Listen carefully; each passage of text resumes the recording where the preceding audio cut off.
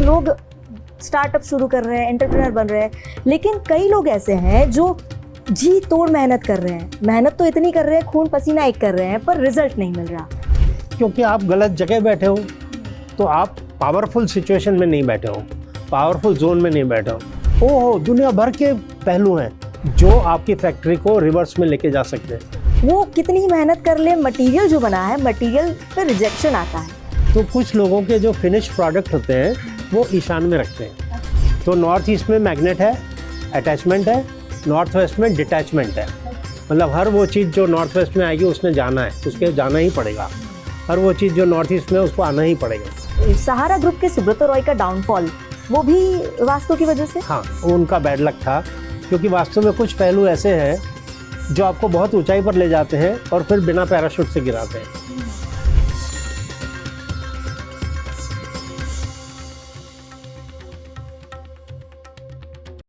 नमस्कार, स्वागत है आपका गुजरात फर्स्ट के स्पेशल शो कहता है क्या घर आपका में, जिसमें हम famous vastu consultant mister Mahesh अज्ञानी जी से सारी जानकारियां ले रहे हैं। तो सबसे पहले तो उनका स्वागत करते हैं। स्वागत है महेश जी। नमस्कार। अभी हम आगे अपनी बात शुरू करें उससे पहले मुझे दर्शकों को ये बताना है कि जब हम आपके यहाँ आए, आपके कार्य क्षेत्र पर, हमने कुछ अलग ही ऊर्जा का अनुभव किया और ऐसी ही एक जगह पर अभी हम बैठे हैं। तो सबसे पहले तो आप इस जगह के बारे में बताइए। हमारी जो ऑफिस है जी, वो बहुत ही ऐसा ऊर्जावान है। और माफ़ी चाहते हुए ये कहूँगा कि ये शिव का स्थान है। तो जहाँ शिव है वहाँ सप्त ऋषि हैं। तो ये जो हमने स्थान बनाया है ये सप्त ऋषियों का स्थान है। और ये हम मंगलवार को ऐसा सजाते हैं क्योंकि हम चाहते हैं कि वो यहाँ आएँ, आसन ग्रहण करें और मंत्रोच्चार करें, थोड़ा सेवन करें फल का, चाय कॉफ़ी का। तो उनके लिए हमने ये स्थान बनाया है और इसको हम कहते हैं सप्त ऋषि मंडप। अच्छा। तो ये सप्त ऋषि मंडप है, इत्तेफाक से आज भी सजाया है और आज हम शूट कर रहे हैं, तो यहीं शूट करने का मन बनाया है। जी बिल्कुल। अब हम दर्शकों को ये भी बताते हैं, अपनी जो चर्चा है उसी को आगे बढ़ाते हैं। हम जब अपने जीवन की बात करते हैं तो फाइनेंस एक बहुत बड़ा एस्पेक्ट है, क्योंकि धन के बिना तो ज़िंदगी चलती ही नहीं है। लेकिन जब फाइनेंस की बात आती है, धन की बात आती है, तो व्यवसायिक क्षेत्र की बात आती है। हमने घर के वास्तु की बात की है, इंडस्ट्री के वास्तु के बारे में हम जानना चाहेंगे। आपका तो 25 साल का अनुभव रहा है, आपके पास ऐसे कई केस आएंगे भी होंगे। हमारे पास आते हैं लोग, हमारे यहाँ डिज़ाइन डिपार्टमेंट में, जिसमें हम नक्शे बनाते हैं, घरों के बनाते हैं, अपार्टमेंट के बनाते हैं, स्कूल के बनाते हैं, हॉस्पिटल के बनाते हैं। हम मॉल्स के भी बनाते थे, अब तो खैर मॉल का कोई चलन नहीं है, पर इंडस्ट्री और फैक्ट्री के भी हम बनाते हैं। तो कई सारे लोग हमारे यहाँ आते हैं, वो हमसे कहते हैं कि आप हमें ज़मीन सिलेक्ट करने में हेल्प कीजिए। मतलब सबसे पहले तो आता है कि एक ज़मीन का टुकड़ा चाहिए फैक्ट्री बनाने के लिए। तो ज़मीन का टुकड़ा वास्तु आधारित होना ये बहुत आधारित है, आवश्यक है। तो फर्स्ट कम्स इज के selection of the plot, industrial plot. फिर जब वो सिलेक्ट हो जाता है तो फिर हम उसके ऊपर फिर ये होता है कि अब वास्तु आधारित निर्माण हो उसके ऊपर। तो कई लोग ऐसे होते हैं जो ज़मीन लेकर आते हैं हमारे पास। अब वो अगर ज़मीन वास्तु ओरिएंटेड है तो अच्छी बात है, नहीं है तो हम उसको कैसे भी ठीक ठाक करके उस ज़मीन को, उसमें हम अच्छा वास्तु निर्माण करने का पूरा प्रयास करते हैं। तो जैसे अभी आपको पता होगा कि इथेनॉल की बहुत बोलबाला है, क्योंकि गवर्नमेंट ने इथेनॉल पेट्रोल में मिक्स करने की अनुमति दी है 10 या 20%। तो बहुत सारे लोग इथेनॉल की रिफाइनरी बना रहे हैं। तो जो सबसे पहली इथेनॉल की रिफाइनरी है वो हमारे यहीं डिज़ाइन हुई है और वो ऑलरेडी एक्टिव हो गई है। मतलब अभी इथेनॉल मैन्युफैक्चर होना शुरू भी हो गया उनका, और बहुत फास्ट, चूँकि हमने उनको पूरी वास्तु आधारित निर्माण दिया, तो उनकी कंस्ट्रक्शन जो है वो बहुत जल्द ख़त्म हुई और उनका प्रोडक्शन बहुत जल्दी प्रारंभ हो गया। तो वो बड़े खुश हैं हमसे। लेकिन हमने जैसे अभी एक्टिवेटेड कार्बन की एक फैक्ट्री डिज़ाइन करी, हमने एक बहुत बड़ी प्रिंटिंग प्रेस डिज़ाइन करी, हमने बहुत बड़ी सिमलेस पाइप्स की एक डिज़ाइन करी, फिर हमने कैश्यू नट्स की एक डिज़ाइन करी। कोई है जो अफ्रीका से कैश्यू लेकर आएगा, रॉ मटेरियल यहाँ प्रोसेस करेगा, फिर एक्सपोर्ट करेगा। जो अच्छा माल होगा एक्सपोर्ट करेगा, जो नहीं इतनी अच्छी क्वालिटी होगी वो यहाँ हिंदुस्तान में बेचे। तो ऐसे हमने बहुत सारे कारखाने बनाए। एक बहुत बड़ा कारखाना हमने पहले भी बनाया है, वो टारपोलिन बनाते, तालपत्री। और पाइप्स भी बनाते हैं, एग्री पाइप्स। तो वो कानपुर में है, वो बहुत बड़ा कारखाना है और वो हमारे यहाँ डिज़ाइन हुआ है। हमने राइस मिल भी डिज़ाइन की हैं, हमने पेपर मिल डिज़ाइन की हैं, हमने बहुत सारी इंडस्ट्रीज़ डिज़ाइन की हैं। लोग आते हैं, बना के ले जाते हैं। सर, आपका तो काफ़ी ब्रॉड एक्सपीरियंस रहा है ये इंडस्ट्रियल वास्तु का भी। अभी हम इस समय की बात करें तो अभी सिनारियो है कि गवर्नमेंट ने जो बूस्टअप किया उससे स्टार्टअप्स बढ़ रहे हैं, एमएसएमई बढ़ रहे हैं, एंटरप्रेन्योर्स आगे आ रहे हैं, तो उनके लिए आपका कोई संदेश, आपने ऐसा कुछ देखा हो, आपका अनुभव? मैं अभी सभी आपके श्रोताओं से ये कहना चाहता हूँ कि आप जब कभी भी इंडस्ट्री लगाएं तो आप ये बहुत बहुत बहुत ध्यान रखें कि आपकी इंडस्ट्री वास्तु कंप्लायंट है। अगर आपकी इंडस्ट्री वास्तु कंप्लायंट नहीं है तो संभावना 100% ये है कि वो फैक्ट्री आगे चल के रुक जाएगी। ये संभावना अधिक से अधिक है कि वो कंपनी आगे चल के नुकसान देगी। वो संभावना ये है कि आगे चल के वो बैंक के हवाले चली जाएगी, बैंक ऑक्शन में चली जाएगी।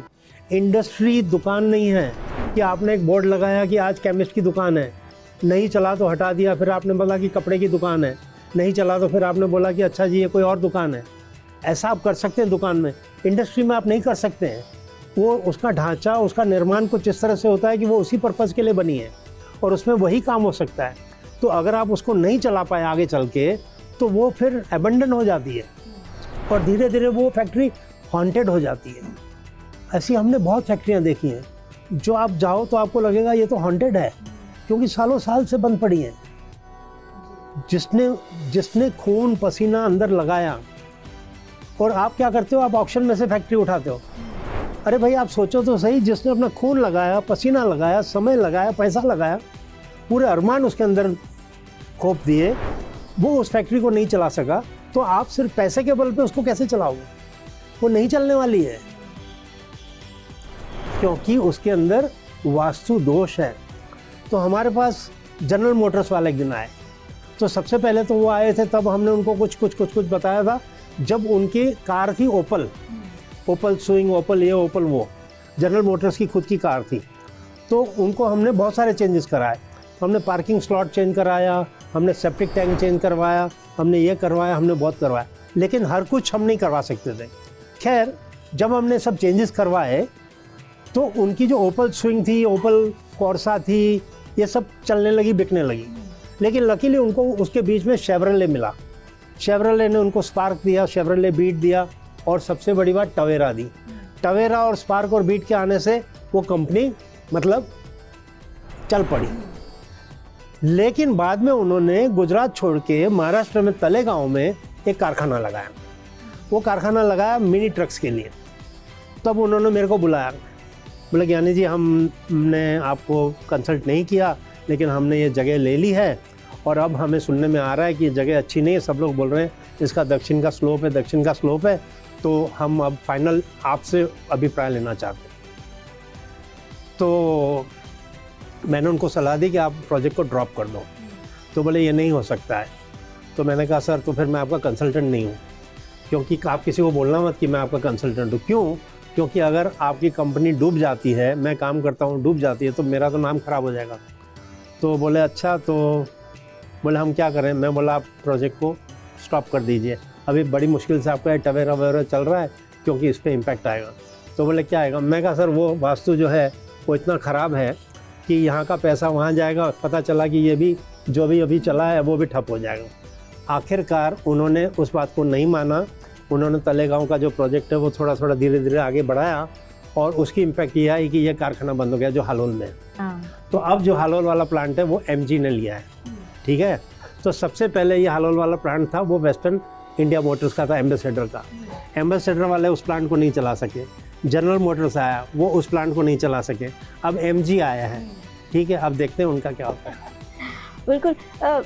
महेश जी, आपने इतनी सारी इंडस्ट्रियों को अपना अनुभव भी दिया है, आपने उनको कंसल्टेंट भी किया है। अभी एक और चीज़ ये है कि जब कोई इंडस्ट्री लगाता है तो चोरियों का डर हमेशा बना रहता है। इंडस्ट्री में चोरियाँ क्यों होती हैं?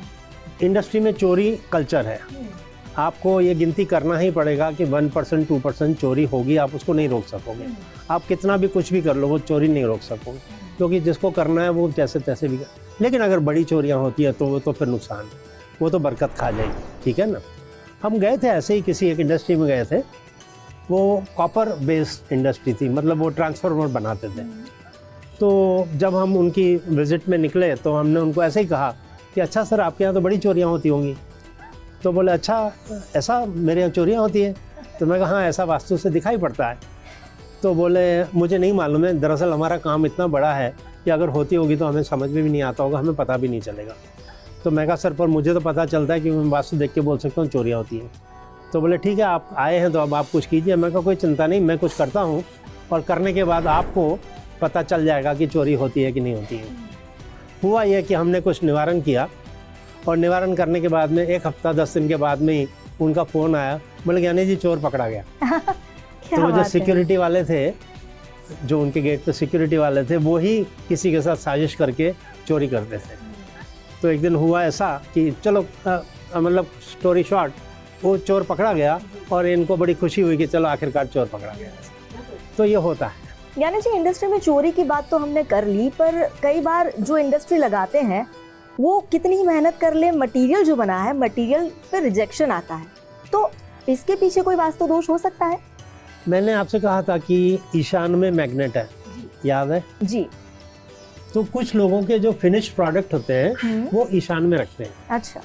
मैंने आपसे ये भी कहा था कि ईशान में जो चीज जाएगी वो वापस आ जाएगी। मतलब ईशान से अगर आपने बेटी ब्याही है तो डाइवोर्स में वापस आ जाएगी, सेपरेशन में वापस आ जाएगी, या घर जमाई लेकर वापस आ जाएगी तो उसने वापस आना है। तो ईशान में मैग्नेट होने की वजह से ये मटेरियल जो है ये गया, लेकिन जब गया तब क्वालिटी कंट्रोल वाले अप्रूव करके गए। जो कंपनी से आए थे जिनका माल है उन्होंने क्वालिटी चेक किया, अप्रूव किया और ये मटेरियल गया। वहां जाने के बाद में कोई प्रॉब्लम आ गई, मटेरियल रिजेक्ट होके वापस आ गया। तो अगर आपकी कोई फैक्ट्री है, इंडस्ट्री है, आप नॉर्थ ईस्ट में अगर वो सामान रखा है, मैं एक और उदाहरण दे दूं दुकान वालों के लिए। फर्ज कर लो एक दुकान वाला है, वो 100 रुपए की कोई चीज़ बेचता है, जैसे चुन्नी जी, और वो 2000 रुपए की चुन्नी एक चीज़ बेचता है, जैसे ड्रेस आपका जी। तो उसने नॉर्थ ईस्ट में ड्रेस रखे हुए हैं 2000 रुपए वाले, और चुन्नियाँ जो है 100 रुपए वाली वो रखी है नॉर्थ वेस्ट में। तो नॉर्थ ईस्ट में मैग्नेट है, अटैचमेंट है, नॉर्थ वेस्ट में डिटैचमेंट है। मतलब हर वो चीज़ जो नॉर्थ वेस्ट में आएगी उसने जाना है, उसके जाना ही पड़ेगा। हर वो चीज़ जो नॉर्थ ईस्ट में है उसको आना ही पड़ेगा। अब वो हम उसको कहते हैं यार बिजनेस आपका बहुत अच्छा चल रहा है, अगर कह दिया तो बोलेगा साहब छोड़ो क्या मजाक करते हो, बिजनेस अच्छा नहीं है। भाई ये तो ग्राहक तो बहुत सारी थैलियाँ लेके निकल रहे हैं। बोले साहब वो 100 रुपए का सामान लेके निकल रहे हैं, 2000 वाली चीज़ कोई नहीं खरीद रहा है। तो हम उसको कहते हैं अच्छा तो इन्फॉर्मेशन तो आपके पास ही, आपको वास्तुशास्त्री की जरूरत क्या है? 2000 रुपए वाला सामान नॉर्थ वेस्ट में रखो और 100 रुपए वाला सामान नॉर्थ ईस्ट में रख दो जी। जाएगा तो नॉर्थ वेस्ट वाला सामान, 2000 वाला नहीं, नॉर्थ वेस्ट वाला सामान। तो ये इन्फॉर्मेशन है कि यहाँ मैग्नेट है, यहाँ डिटैचमेंट है। तो कस्टमर को बिठाओ नॉर्थ ईस्ट में, वो चिपक जाएगा, दूसरी दुकान पे नहीं जाएगा, है ना। और माल रखो महंगा वाला नॉर्थ वेस्ट में।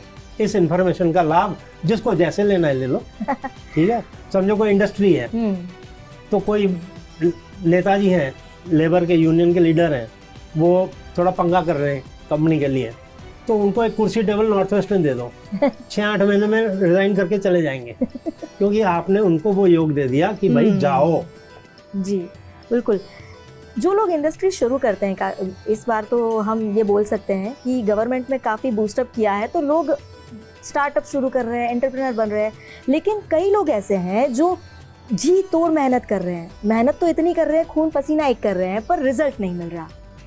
क्योंकि आप गलत जगह बैठे हो, आप शायद किसी ऐसी कमज़ोर जगह में बैठे हो कि आप बिजनेस की साथ में जुड़ी हुई जितनी भी चीज़ें हैं वो आपके आउट ऑफ कंट्रोल है। तो आप पावरफुल सिचुएशन में नहीं बैठे हो, पावरफुल जोन में नहीं बैठे हो।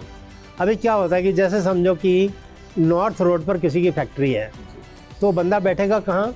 नॉर्थ वेस्ट में बैठेगा या नॉर्थ ईस्ट में बैठेगा? अपनी ऑफिस तो आगे ही लगाएगा। अब आप आगे बैठे हो, पीछे सारा आपका काम हो रहा है। पीछे कौन काम कर रहे हैं? आपके लेबर, आपकी वर्कर काम। अब साउथ में क्या है? पावरफुल है, पावर है, पावरफुल जोन साउथ में है। तो आपने पावर किसको दे रखा है? वर्कर्स को। आप कहाँ बैठे हुए? कमज़ोर में। तो आप कमज़ोर में बैठे हैं, वर्कर पावर में बैठे, तो फैक्ट्री आप नहीं चला रहे हो, फैक्ट्री वो चला रहे हैं। अब उनका काम नहीं है फैक्ट्री चलाना, तो आपकी फैक्ट्री ठीक से नहीं चलेगी। तो बहुत सारे पहलू होते हैं, एक नहीं बहुत सारे पहलू होते हैं। आपकी सेप्टिक टैंक समझो साउथ वेस्ट में है, आपकी underground water tank south west में है, आपका बोरहोल साउथ वेस्ट में है, आपका लेबर क्वार्टर साउथ वेस्ट में है, आपकी एंट्री साउथ वेस्ट में।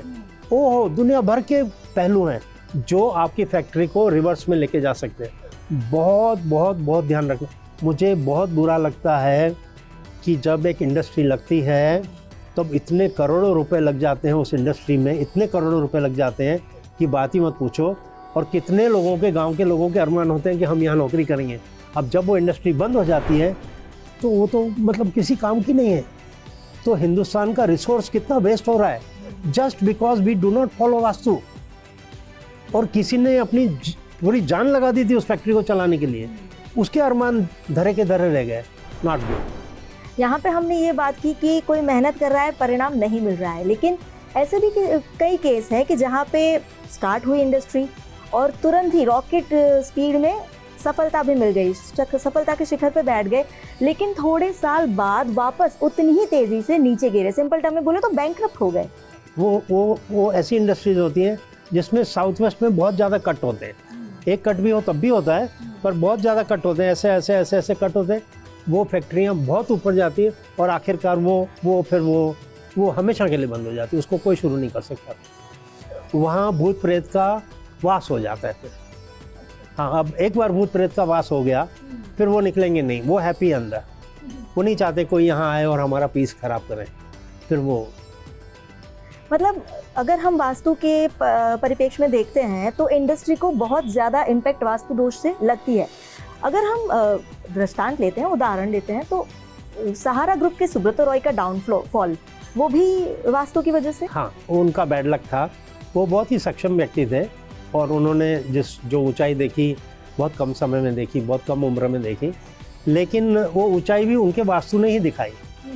क्योंकि वास्तु में कुछ पहलू ऐसे हैं जो आपको बहुत ऊंचाई पर ले जाते हैं और फिर बिना पैराशूट से गिराते हैं। तो सर जो थे सुब्रतो रॉय जी, उनके वास्तु में कुछ पहलू ऐसे थे कि जिन्होंने इवेंचुअली उनको फिर ऊपर उठने नहीं दिया। मतलब वो कोर्ट केस में आ गए और काफ़ी सारा पैसा उनका नुकसान हुआ। और नहीं होना चाहिए, किसी के साथ भी ऐसा नहीं होना चाहिए, क्योंकि उन्होंने कितनी एम्प्लॉयमेंट जनरेट की थी, लाखों लोगों को जॉब दिया था। और जब ऐसे व्यक्ति को ऐसा समय देखना पड़े कि उनको पैसों की खींच पड़ने लगे तो ये बहुत एक बुरी अवस्था है। और वो सिर्फ वास्तु दोष से हुई थी। उनका जो कैंपस है लखनऊ में जी, वो साउथ वेस्ट एक्सटेंडेड था, एक वेस्ट साउथ वेस्ट एक्सटेंडेड था। उनको वाई जंक्शन लागू पड़ता था और उनकी प्रॉपर्टी के ब्रह्म में पानी था, वाटर बॉडीज थी। ब्रह्म में पानी मृत्यु दोष कारक कहते हैं।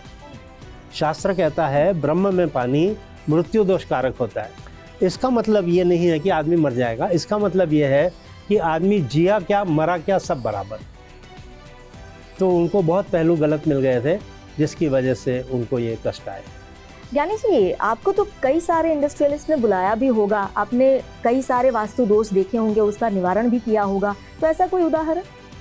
हमारे एक मित्र हैं, कस्टमर हैं, अभी तो मित्र हो गए। उनकी एक प्रिंटिंग प्रेस की फैक्ट्री थी और वह कोलगेट के लिए प्रिंटिंग करते थे। अब कोलगेट एक ऐसी कंपनी है जिसको बहुत बहुत बहुत माइक्रो एफिशिएंसी वाला काम चाहिए। वो 19-20, 19.5-20 भी नहीं चलाएंगे। और ये भाई साहब अपना अच्छा काम उनके लिए कर रहे थे और ये सिर्फ कोलगेट का काम करते थे, 100% कोलगेट का काम। किसी वजह से इनको बहुत संघर्ष आ रहा था तो इन्होंने हमें बुलाया। तो हमने देखा कि साउथ ऑफ साउथ वेस्ट का एक्सटेंशन है, वेस्ट ऑफ साउथ वेस्ट का एक्सटेंशन है, नॉर्थ ऑफ नॉर्थ वेस्ट की गेट है, गेट कंपाउंड वॉल से ऊंची है। गेट कंपाउंड वॉल से ऊंची है मतलब आप किसी को इनवाइट नहीं कर रहे हैं। जब जब आपकी गेट कंपाउंड वॉल से ऊंची हो जाएगी आपके यहाँ मेहमान नहीं आएंगे। जब जब आपकी गेट कंपाउंड वॉल से नीचे हो जाएगी आपके यहाँ मेहमान आएंगे। आप समझे? तो हमने आपसे कहा कि आप हमारी ऑफिस में आके शूटिंग कीजिए, तो तपस्वी जी ने कह दी हाँ करेंगे। क्यों? क्योंकि हमारी कंपाउंड वॉल से गेट नीची है तो हमारे लिए इजी हो जाता है मेहमान को इनवाइट करना, आप समझे। तो इनकी गेट ऊंची थी, तो कोई भी इंडस्ट्रियलिस्ट इनके पास काम देने के लिए नहीं आता था, सिर्फ कोलगेट का ही काम चलता था, दूसरा कोई कस्टमर नहीं था। दूसरा पहलू ये था कि उनका राहु का कोना एक्सटेंडेड था और वहीं से एंट्री थी, ठीक है, और वहीं से बेसमेंट में जाने का भी रास्ता था। तो राहु का कोना और उसमें बेसमेंट, मतलब बहुत बुरी ऊर्जाएं वहाँ हैं, तो इनको वहाँ से संघर्ष आता था। हम वहाँ गए, हमने बहुत सारा निवारण किया, वो बहुत खुश भी हुए, क्योंकि उन्होंने कहा कि मैंने पहले जिससे निवारण कराया था उनका तो तरीका कुछ और था, आपका तरीका बिल्कुल और है, मुझे अच्छा लगा आपका तरीका। लेकिन 1 महीने के बाद उसका कंपनी बंद हो गई। हमने काम किया, उसके 1 महीने के बाद उसकी कंपनी ठप हो गई। तो उसका फ़ोन आया, दुनिया भर की गालियाँ कि ज्ञानी जी आपने तो क्या कर दिया, मेरे को बर्बाद कर दिया ऐसा। अरे मैं कहा यार शांति रखो यार, क्या तुम क्या बोले जा रहे हो, शांति रखो। मैं कहा अभी काम बंद हो गया, अब क्या करना है। बोले मैं बर्बाद हो गया, अब क्या। मैं कहा खड़े हो जाओ, जाओ नई नई कंपनियां ढूंढो और वो गेट को नीचे करो। वो जो गेट नीचे किया तो बोला अभी नहीं किया। मैं कहा गेट को नीचे करो और भागो मार्केट में, नए क्लाइंट ले आओ, कोलगेट की चिंता मत करो, वापस आ जाएगी। बोले आ जाएगी। मैं कहा 1.5 काम लेके आएगी, डबल काम लेके आएगी, आप लेकिन करो। तो उसको फिर वापस थोड़ी हिम्मत मैंने दी, फिर वो गया मार्केट में, निकला तो लेके आया काम, नए कस्टमर आ गए। तो बोले आ गए, मैंने ये कंपनी लाया, वो कंपनी लाया, उसका भी काम कर रहा हूँ। 6 महीने में कोलगेट काम वापस आ गई कि भैया हमें काम दोबारा से शुरू करना है, अब के काम डबल है। तो बोला साहब मैं तो बहुत काम लेके बैठा हूँ, मैं अब आपका इतना काम नहीं कर सकता हूँ, थोड़ा ही काम कर। कुछ नहीं, आप काल चालू करो, नया कंपनी डालो। तो उन्होंने नया कंपनी डाला सिलवासा में उसके लिए। अब वो जब नया कंपनी डाला तो जल्दबाजी में डाला। फिर मेरे को फ़ोन करके बोला ज्ञानी जी डाला है मैंने नया कंपनी। मैं कहा कहाँ। बोले यहाँ। मैं कहा ये तो आपने हूबहू वही चीज़ डाली होगी। बोले कैसे। मैं कहा वो ऐसा ही होता है, ऊर्जा आपके पीछे पीछे जाती है। तो जब हमने देखा तो हूबहू वैसी ही डाली। बोले अब मैं कहा दोबारा निवारण करो यहाँ सिलवासा में भी। तो लैंडलॉर्ड से परमिशन लेके सिलवासा में फिर निवारण किया। आखिरकार ऐसा हुआ कि इवेंचुअली उन्होंने कहा कि सिलवासा की मेरी किराए की फैक्ट्री है, वो मैंने बंद कर दी, वो किराए पे दे दी। अब मेरे को नई बड़ी फैक्ट्री डालनी। तो हमने ज़मीन ढूंढी और एशिया की लार्जेस्ट प्रिंटिंग प्रेस डाली है उसने। और वो आदमी इतना बड़ा काम कर रहा है, इतना बड़ा काम कर रहा है। लगा हमको 8 साल 10 साल, वो भी हमारे साथ जुड़ा रहा, हम भी उसके साथ जुड़े रहे। 8-10 साल के हमारे मार्गदर्शन में, गुरु के मार्गदर्शन में करते करते ही owns one of the largest printing presses in India and is doing wonderful job, quality. और 6 बजे तो वो चला जाता है घर, अपने आप कारखाना चलता है। That's the best part.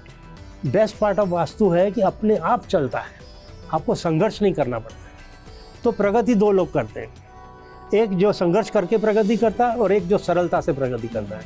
प्रगति दोनों ही करते हैं।